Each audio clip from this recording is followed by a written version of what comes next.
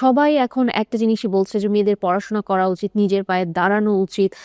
মেয়েদের এইচএসসির আগে বা অনার্স পাস না করে এই সার্টিফিকেট ছাড়া বিয়ে করা উচিত না। বেড়া মানুষ বেড়া মানুষের মতো থাকবে।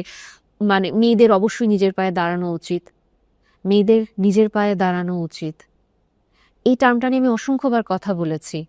এখন এই জায়গাটায় আমরা আসি, যখন গ্লোবালাইজেশনের এই যুগে, ইন্টারনেটের যুগে একটা মেয়ে দেখে নিজের শরীরটাকে বিক্রি করে সে খুব স্বল্প সময়ে অনেক বেশি টাকা পেয়ে যাচ্ছে এবং সে অনেক বেশি ফেমাস হয়ে যাচ্ছে, সে একটা সেলিব্রিটি লেভেলে চলে যাচ্ছে, একটা মডেল লেভেলে চলে যাচ্ছে, ইনফ্লুয়েন্সার লেভেলে চলে যাচ্ছে, ওই মেয়ে কি পড়াশোনা করবে? ওই মেয়ের কি আসলে যদি পড়াশোনা আমি বললাম পুঁথিগত বিদ্যা বাদ, ওই স্কুলের পড়া কলেজের পড়া পড়তে কার ভালো লাগে? আমাদের যুগে তো আমাদের কারো ভালো লাগে নাই। অসংখ্য মেয়েকে বাবা মা পড়াশোনা করাতে চেয়েছে, ঠিকই পালায় গিয়ে বয়ফ্রেন্ডকে বিয়ে করে ফেলছে বা পালায় গিয়ে বয়ফ্রেন্ডের সাথে চলে গেছে বা পড়াশোনা না করার জন্য বাপ মার কাছে মাইর খাইছে। এখন যখন ৩০-৪০ বয়সে সাফার করে তখন রিগ্রেট করে। সো পড়ালেখা করাটা কারোরই ভালো লাগে না।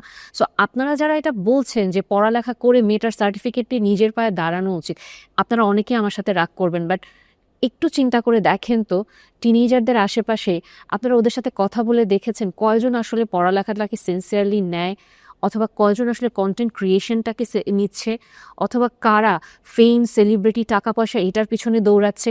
আপনি একটু চিন্তা করে বলেন তো, আপনার বাসায় টিনেজার মেয়েটা আপনার ভাগ্নি হতে পারে, আপনার বোন হতে পারে, আপনার নিজের সন্তান হতে পারে, ও কতটুকু আপনার সাজেশন নিবে আর কতটুকু টিকটকে দেখা আরেকটা টিনেজারের সাজেশন নিবে, ফেমাস টিনেজার, অথবা টিকটকে পাওয়া আরেকটা মানে ইনডিরেক্ট প্রস্টিটিউটের মানে সাজেশন নিবে, এবং আপনি দাঁতে দাঁত কামড়ে পড়ে থাকবেন। আমি অনেক হাইলি এডুকেটেড এবং খুবই মডেস্ট ফ্যামিলিতেও আমি দেখেছি যেখানে বাবা মা ভাই বোন সবাই হয়তো একটা লাইনে গিয়েছে, কিন্তু এক বাচ্চা ঠিক ওই লাইনে চলে গিয়েছে, এবং তারা আপনি বলতে পারবেন না তাদের প্যারেন্টিংয়ে ভুল আছে, আপনি বলতে পারবেন না তাদের টাকা পয়সার অভাব আছে, বাট স্টিল এটা হয়ে গিয়েছে।